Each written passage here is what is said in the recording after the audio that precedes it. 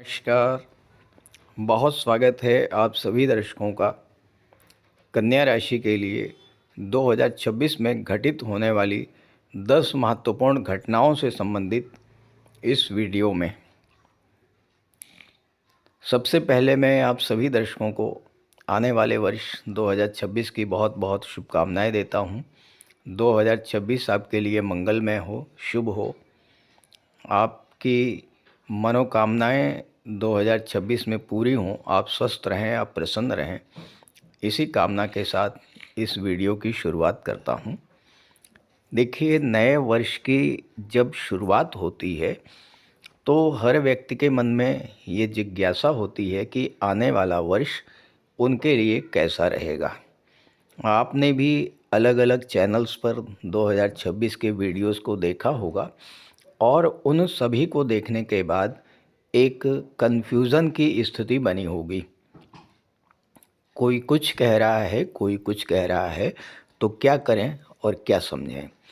और एक बात और, वार्षिक राशिफल के वीडियो अमूमन काफ़ी लंबे होते हैं और जब आप सरसरी नज़र से उनको देखते हैं, सुनते हैं, तो बहुत सी महत्वपूर्ण बातें छूट जाती हैं। तो इसीलिए मैं वार्षिक राशिफल को समराइज़ करते हुए संक्षेप में इस वीडियो के माध्यम से बताने जा रहा हूं कि 2026 में कौन कौन सी 10 महत्वपूर्ण घटनाएं घटित होने की संभावना बनती है और किस कालखंड में। दूसरी महत्वपूर्ण बात, मैंने अपना व्हाट्सएप नंबर इसी वीडियो के डिस्क्रिप्शन बॉक्स में दे रखा है। इस नंबर के अलावा किसी और नंबर से संपर्क मत कीजिएगा। अगर कोई व्यक्ति किसी दूसरे नंबर से आपसे संपर्क करता है तो वो एक स्कैम है, सावधान रहिएगा। चलिए वीडियो शुरू करते हैं। तो ये है कन्या राशि के जातकों की कुंडली। पहले 2026 का ग्रह गोचर समझिए। शनिदेव आपकी कुंडली में 7वें भाव में गोचर कर रहे हैं। देवगुरु दशम भाव में है। 2 जून 2026 को एकादश में चले जाएंगे। 18 अक्टूबर को 12वें भाव में चले जाएंगे। 12वें भाव में केतु हैं और 6ठे भाव में राहु का गोचर है। शनिदेव 27 जुलाई को वक्री होंगे और 5 दिसंबर को मार्गी होंगे। इसके अलावा सूर्य, शुक्र, मंगल और बुध ये लगातार राशि परिवर्तन करते रहेंगे और इन्हीं ग्रहों के गोचर के संयोजन से जो योग बनेंगे उसी के आधार पर घटनाओं का आकलन किया जा रहा है। तो पहली घटना की शुरुआत तो हो चुकी है और ये 7 दिसंबर से ही शुरू हो चुकी है। मंगल आपकी कुंडली में गोचर कर रहे हैं 4थे भाव में और यहाँ पर 16 जनवरी तक रहेंगे। गुरु मंगल का दृष्टि संबंध बन रहा है। ज्योतिष शास्त्र का सिद्धांत है कि जब भी गुरु और मंगल का संबंध बनता है तो आय के एक से अधिक साधन बनते हैं। तो यहाँ पर अगर आप प्रयास करेंगे तो आपके आय के साधनों में वृद्धि होगी। अब ये वृद्धि कहाँ से हो सकती है? देखिए, मंगल 4थे भाव में है। प्रॉपर्टी से आपको एक्स्ट्रा इनकम हो सकती है। कोई प्रॉपर्टी आप सेल आउट कर सकते हैं या कोई प्रॉपर्टी रेंट पर दे सकते हैं, लीज पर दे सकते हैं, उससे आपको लाभ हो सकता है।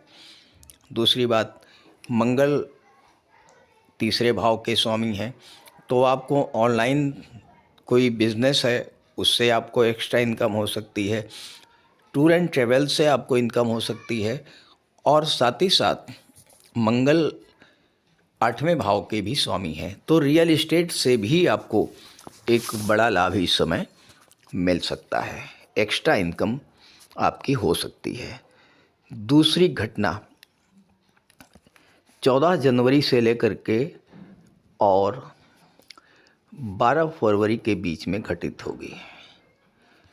मकर राशि में सूर्य और मंगल का गोचर होगा। अब यहाँ पर देखिए, मंगल अपनी उच्च की राशि में होंगे और सूर्यदेव मंगल के साथ होंगे। ग्रहों के राजा, ग्रहों के सेनापति दोनों जब एक साथ गोचर करेंगे पंचम भाव में, सबसे पहली बात, जो नवविवाहित जातक हैं और संतान के इच्छुक हैं उनके लिए संतान का बहुत अच्छा योग बन रहा है। दूसरी बात, छात्रों के लिए ज़बरदस्त लाभ की स्थिति बनेगी। और तीसरी बात, सूर्य मंगल की दृष्टि आपके 11वें भाव पर पड़ेगी। 11वां भाव आपकी इनकम का होता है, तो इनकम तो बढ़ेगी ही, इसमें कोई दो राय नहीं है। इसके अलावा आपके रिलेशंस समाज के उच्च पदस्थ अधिकारियों और ख़ास करके राजनेताओं और प्रशासनिक अधिकारियों से बहुत मजबूत होंगे, क्योंकि सूर्य और मंगल दोनों ही गवर्नमेंट को शो करते हैं। तो अगर आप इस समय प्रयास करेंगे तो आपके संपर्क सूत्रों से आपका बड़ा लाभ हो सकता है। और सूर्य चूँकि 12वें भाव के स्वामी होकर के 11वें भाव पर दृष्टि डालेंगे, तो विदेशों से भी इस समय आपको बड़ा लाभ मिलने का योग बन रहा है। अब आइए तीसरी घटना के बारे में बात करते हैं।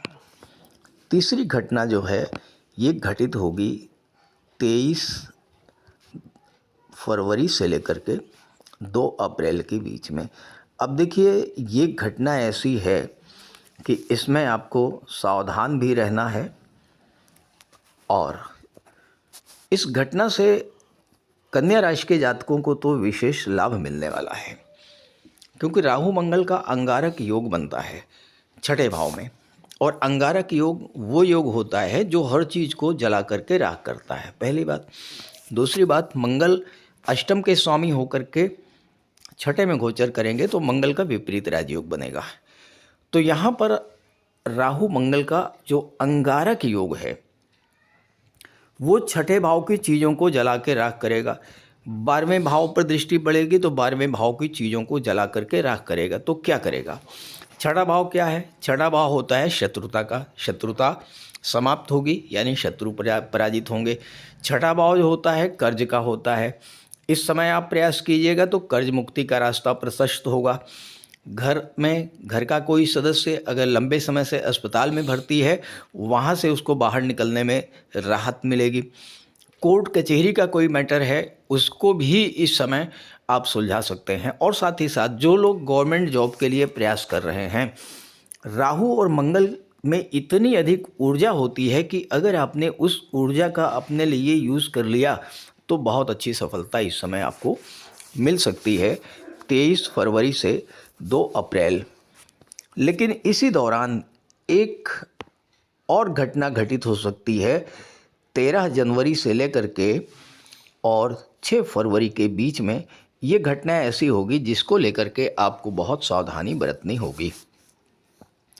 सूर्य, मंगल और शुक्र ये तीनों ही पंचम भाव में होंगे। अब देखिए, पंचम भाव क्या होता है? लव रिलेशंस का होता है।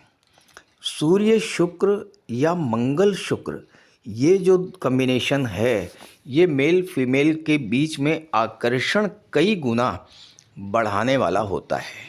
लेकिन एक बात क्या ध्यान रखिएगा कि सूर्य शुक्र मंगल की युति हमेशा नुकसानदायक नहीं होती है, लेकिन अगर इसका संबंध 6, 8, 12 से बन जाए तो वहाँ पर फिर सावधान रहना होता है।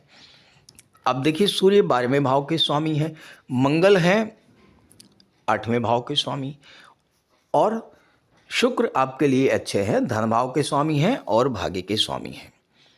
तो यहाँ पर देखिए 2 चीज़ें बनेगी।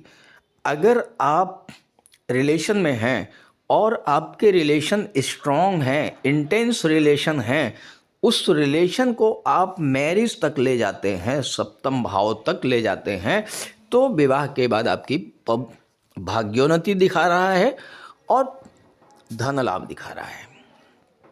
लेकिन अगर आप ऑलरेडी मैरिड हैं, विवाहित हैं, तो इस समय किसी भी रिलेशन से, ऐसा रिलेशन जो एक्स्ट्रा मैरिटल अफेयर्स की ओर लेकर के जा रहा है, उससे आपको बड़ी हानि होने का योग है, क्योंकि सूर्य 12वें के स्वामी हैं, मंगल 8वें के स्वामी हैं।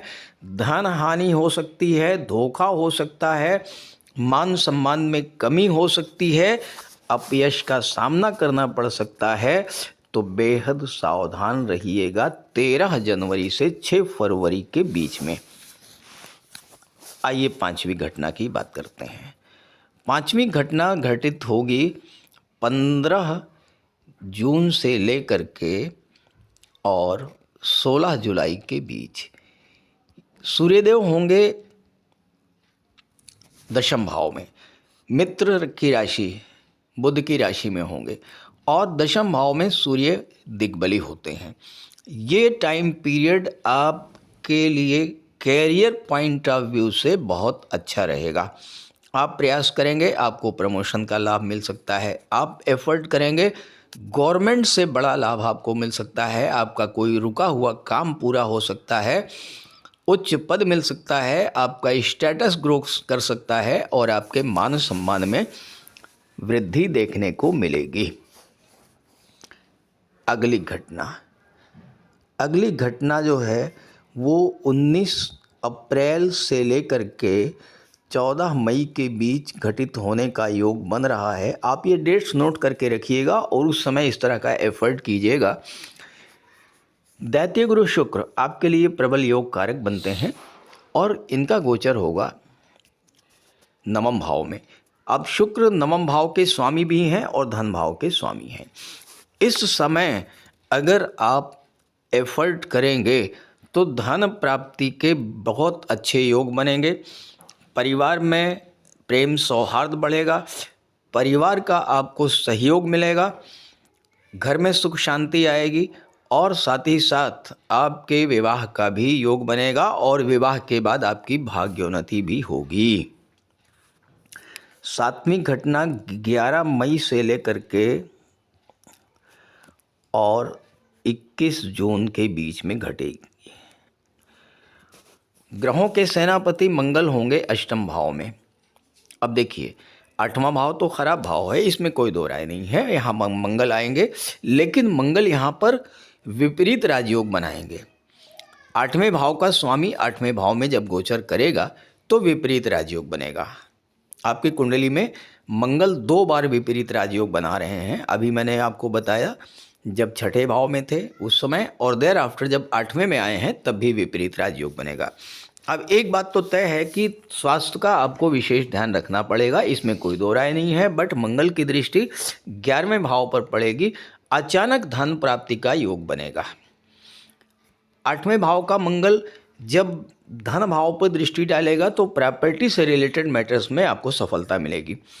किसी तरह का कोई प्रॉपर्टी का विवाद अगर चल रहा था, कोई कोर्ट केस का मैटर था, उस समय इस समय अगर आप एक्स्ट्रा एफर्ट डालेंगे तो आपको सफलता मिलने का पूरा योग बन जाएगी। अगली घटना है, ये घटित होगी 16 नवंबर से लेकर के 16 दिसंबर के बीच में। बहुत महत्वपूर्ण घटना है, क्योंकि इस समय सूर्यदेव जो होंगे वो होंगे वृश्चिक राशि में। मैं थोड़ा क्लियर कर देता हूँ दोबारा।